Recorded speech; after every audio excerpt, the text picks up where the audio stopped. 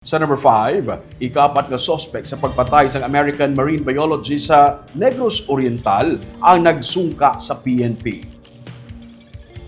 Isa-isa nga nag-abot sa Provincial Prosecutor's Office sa Dumaguete City ang mga suspek sa pagpatay sa American marine biologist kasi Dr. Kent Carpenter Biyernes sang aga.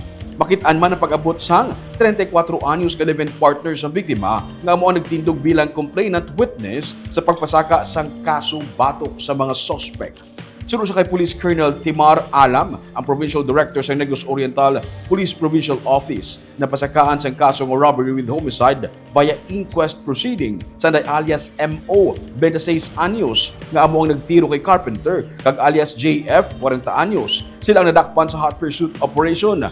Samtang ipaagi naman sa regular filing ang pagpasaka sa kaso kay alias CD, 21 anyos, kag sa ikaapat nga suspek nga nagsungka sa kapulisan. Suno kay Alam, wala magsulod sa hot pursuit operation ang pagdakop sa ikatatlo kag ikaapat nga suspek, samtang isa ka persona ang nagapabilin pa na at large.